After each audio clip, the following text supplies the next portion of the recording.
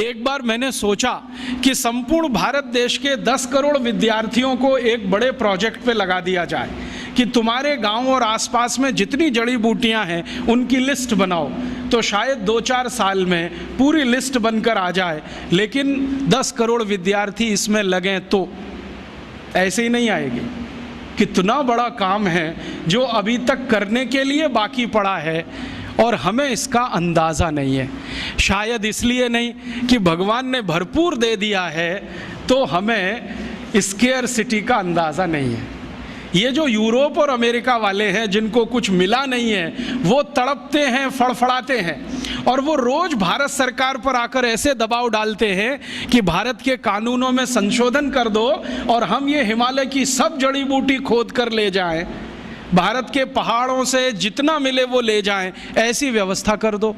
और इसी व्यवस्था के लिए उन्होंने गेट करार नाम का एक अंतर्राष्ट्रीय समझौता भारत से करा लिया है, जिसमें से रास्ते खुल जाएं ताकि भारत की बेशकीमती जड़ी बूटियां बिना किसी अवरोध के भारत के बाहर चली जाए। वो तड़पते हैं और इतने सारे रिसर्चर्स वहाँ से आते हैं यूरोप और अमेरिका से, वो एक ही बात के लिए यहाँ काम करते हैं, किस इलाके में क्या क्या जड़ी बूटियाँ हैं, कौन कौन से क्षेत्र में क्या क्या मिलता है। अब उन्होंने एक नया रास्ता निकाला है। भारत सरकार कुछ ऐसे मूर्खता के काम करती है, उनमें से एक काम है फॉरेन फंड से एनजीओज चलाना। विदेशी पैसा लिया और एक ट्रस्ट बना लिया, एक संस्था बना ली, एक एनजीओ बना लिया। तो ये जो विदेश में बैठे हुए लोग हैं ना, वो उन एनजीओज को थोड़ा डोनेशन देते हैं और कहते हैं बताओ तुम्हारे इलाके में क्या क्या है।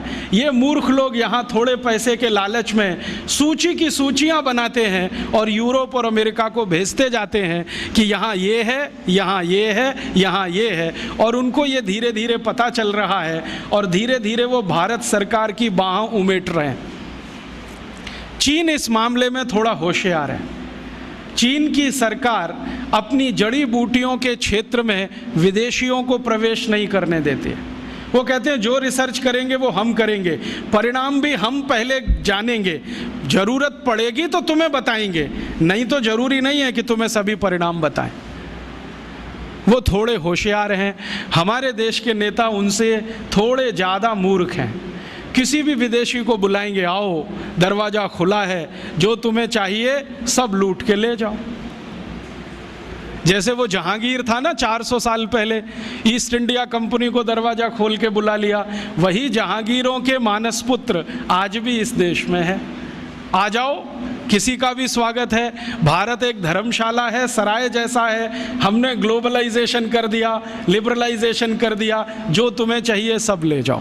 अब मुश्किल क्या हो रही है कि जब बहुत रेयर माने बेशकीमती जड़ी बूटियों पे कहीं काम होता है तो पता चले वो भारत में नहीं है, कनाडा में है, पता चले भारत में नहीं है, जर्मनी में है, पता हुआ भारत में नहीं है, अमेरिका में है। और उनके जर्नल्स जब आते हैं तो वो पता करते हैं, हमको जानकारी देते हैं कि हमने तो इस पर पेटेंट ले लिया और हम यहाँ ठगे से बैठे हुए रह जाते हैं।